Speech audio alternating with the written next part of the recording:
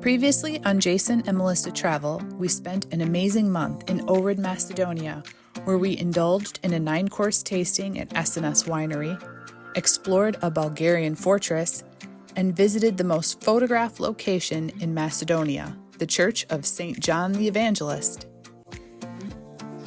We made it all the way here to Scanderbeg Square in the capital city of Tirana, Albania, and we have some incredible adventures planned while we're here. Tirana is the capital and largest city in Albania. It was once regarded as one of the most isolated countries in the world. However, you would never know it because of Albania's warm, inviting culture, incredible restaurants, emotionally moving museums, and some of the kindest people you will ever meet.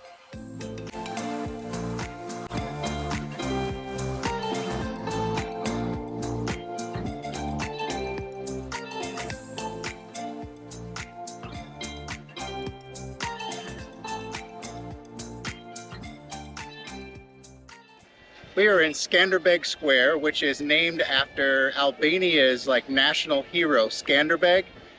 You might ask, well, why is he Albania's national hero? Well, present time Jason, this Jason, doesn't know exactly why. But future Jason is going to go home and Google it and know exactly why. So I'm going to let future Jason tell you.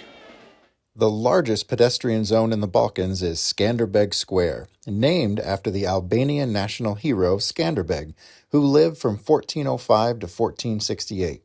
He was a military commander who led the rebellion against the Ottoman Empire, thus earning himself the title of Albania's national hero. So during the communist era here in Albania, there were over 170,000 bunkers that were created, and they're just dotted all over the country.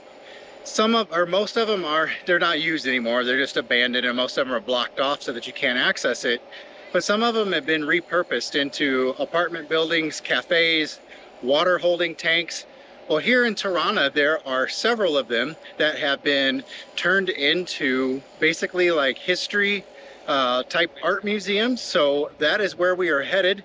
We are going to go down into one of them here just outside of Scanderbeg Square called Bunk Art 2. Albania, unfortunately, had a dark past while under the communist rule of Enver Hoxha from 1944 until his death in 1985, and did not escape communism until 1991. During this time, Albania was completely isolated from the rest of the world, and tens of thousands of people were killed or imprisoned. Visiting this museum was absolutely eye-opening and heart-wrenching all at the same time.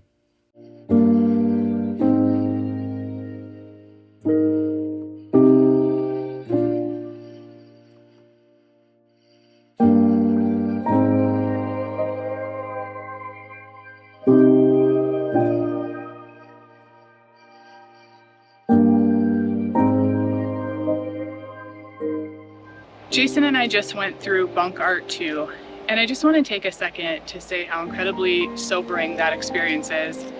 I recommend it. It is a beautiful way that history has been preserved, and I feel like it is done so respectfully, but it's done in a way to not forget some of the more difficult things that have happened in this country. And as a foreigner, I so appreciated being able to respectfully see the culture and the history, the things that have happened and transpired here in this country, and the timeline in which it happened, and the severity of the things that have happened. So while it was a difficult exhibit to walk through, I am so appreciative and I'm thankful that it has been so respectfully preserved, and such detail has been thought and put into the way that it is presented to the public. Today, you are still able to see Enver Hoxha's home in the city.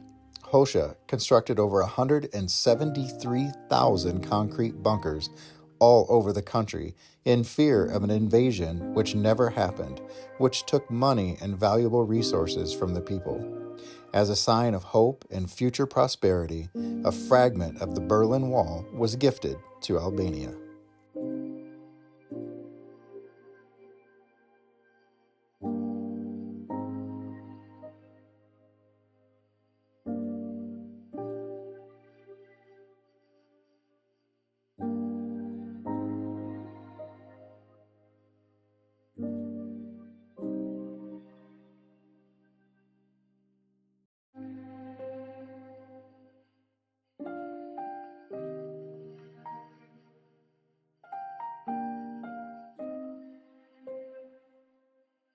As a way to send a powerful message, the city of Tirana had the street and address that the Russian embassy is located on officially changed to Free Ukraine Street. So now every piece of mail that enters or leaves the Russian embassy has Free Ukraine written on it. Albanians are definitely not allowing the country's past to dictate their world identity. In 2000, the mayor of Tirana and Albania's current prime minister, Edi Rama, encouraged the citizens of Tirana to repaint the old Soviet-style buildings in bright and vibrant colors as a sign of hope in the capital. Today, there are dozens of artistically designed skyscrapers being built all around the city, illustrating Tirana's perseverance and beauty.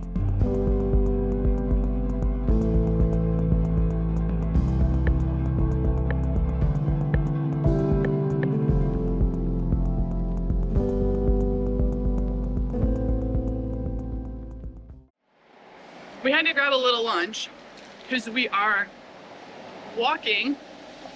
It's about an hour-long walk for us to the other end of town here in Tirana to go up in a gondola to the top of the mountain.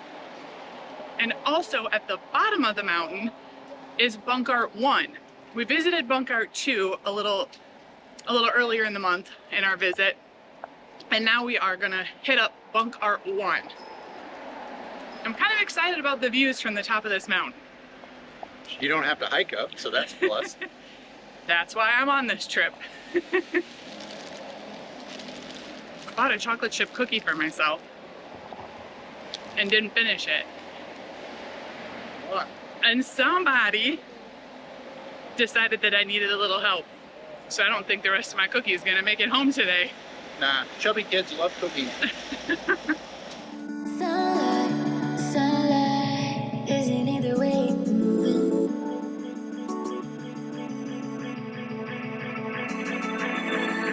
Sunlight, sunlight. Is it either way you're moving? What's heaven like when you're like that? Is it either way you're moving? Sunlight, sunlight. Is it either way you're moving? What's heaven like when you're like that? Baby, give me more highlight, sunlight. Baby, give me more, summer. It's a summer vibe when it's just you and I. Baby, give me, take your time. It's your life when it's just you and I. It's a summer vibe, yeah, it just feels so right. So take your time when it's just you and I. So we just hiked for about an hour and a half. It was a while. Hour and 40 minutes through the city to get over here, the total other end of the city for us, so that we can go up. It's about a 20-minute ride up to the top and a 20-minute ride back. And he just told us when the last car leaves so that we would have a little bit of time when we got up there if we wanted to hang out. All right, slight disclaimer, Melissa is terrified of heights.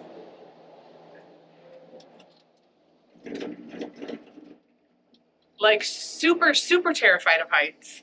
Irrational fear of heights. Only I find it very rational. It is gorgeous up here. It's lovely. We have a spectacular view. But I can say that I don't like it. And that's being very honest.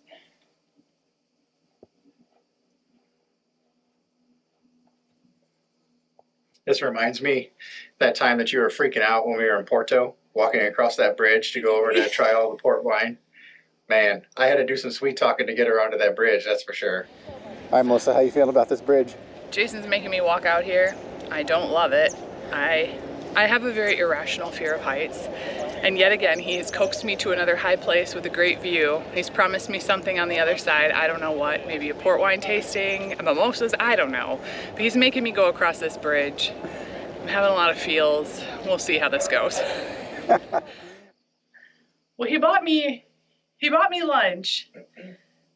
But I have to say, I mean, it's worth the view. It's definitely worth the view, but I don't care for heights. So I'm clenched a little tight right now. Melissa's freaking out. So I know you guys won't be able to see it, but there is some of those bunkers that were built during the communist era here in Albania. You can see them. They're just kind of dotted all throughout the mountainside here. Pretty cool seeing all of these, just this piece of history. We are going way up there. The shot of the city behind us, you can see all of Tirana behind us. It is breathtaking.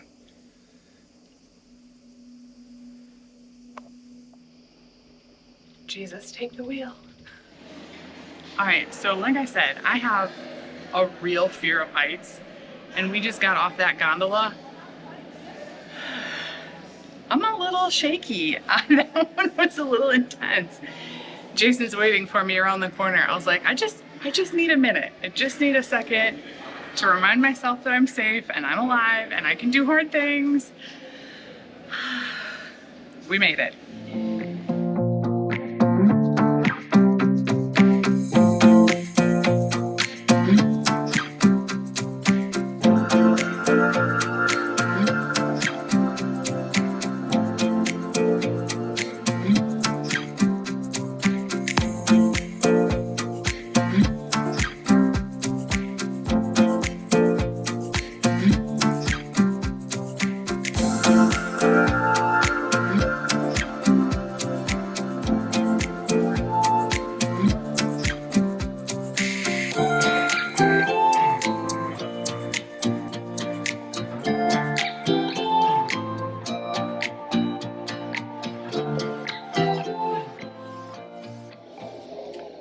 What goes up must come back down.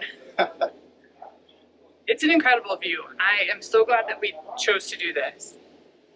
Yeah. But it makes me want to poop my pants just a little bit. Freaks me out. It is about 100 degrees, which it has been pretty much every day the entire month of July while we've been in Tirana. Also some pretty high humidity. And I thought it was the perfect weather to come out and go for a walk through the park. So there is a huge park here in Tirana with miles and miles and miles of trails. There's a beautiful lake here. They've got different little snack and drink stations set up. There are different types of playgrounds for kids, a lot of paved, unpaved trails. Lots of cool things through this park. Definitely worth coming down and going for a walk in this park. It's beautiful. One of the things that I have really enjoyed while being here in Tirana that is a little different than in Siranda is that all of the streets here, well, most of the streets here are lined with trees, so it makes it just a little cooler to be outside, a little more bearable to be out in the middle of the day. Looking around so I don't get hit by a car. Jason, take me and buy me a Negroni. I'm thirsty.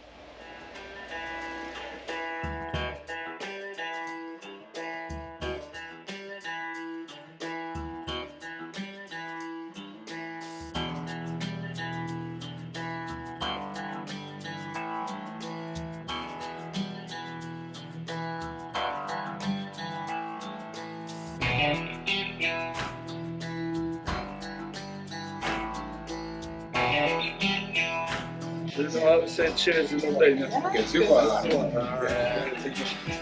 Gözü var. Gözü var.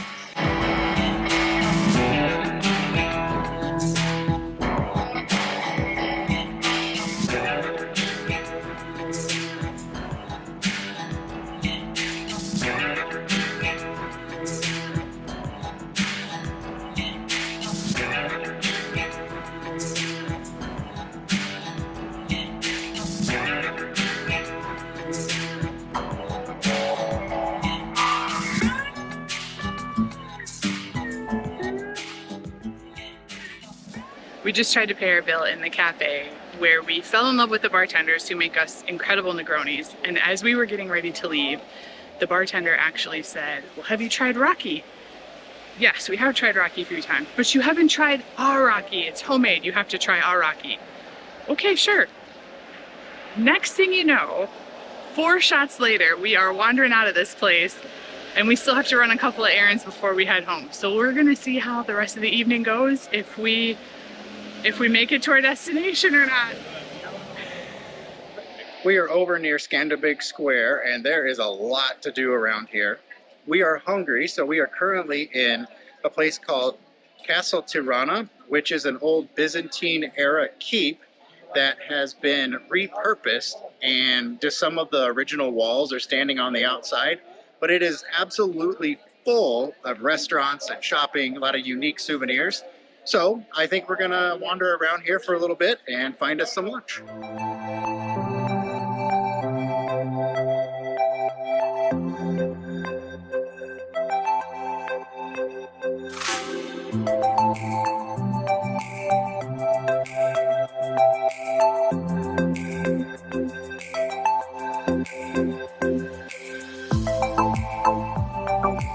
We just got done with lunch, and Jason said that we are gonna go see the pyramids of Tirana. So I gotta work off that lunch cocktail that I just had.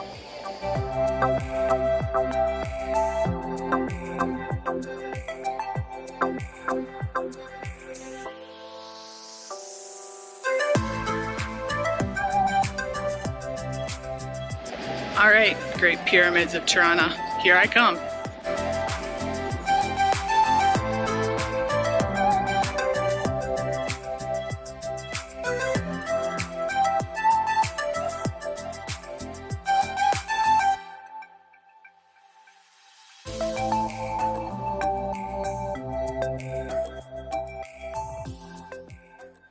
So we stopped at this highly rated falafel place. The owner was super sweet, threw some french fries in there for us. We are excited to try this guy out.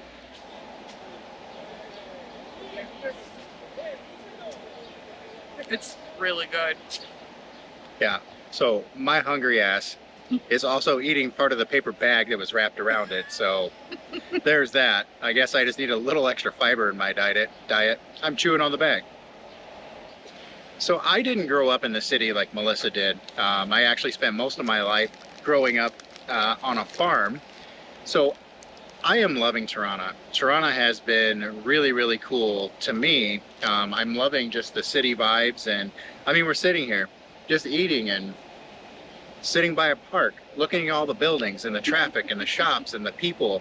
I love it. It's a lot of mental stimulation, and I'm really enjoying it. Oh, trust me, people are staring at us too. There is nothing left to say except for thank you for watching. Please subscribe, and on to the next one, on to the next one, on to the next one, on to the next one. I had to leave my mark while I was here in Tirana.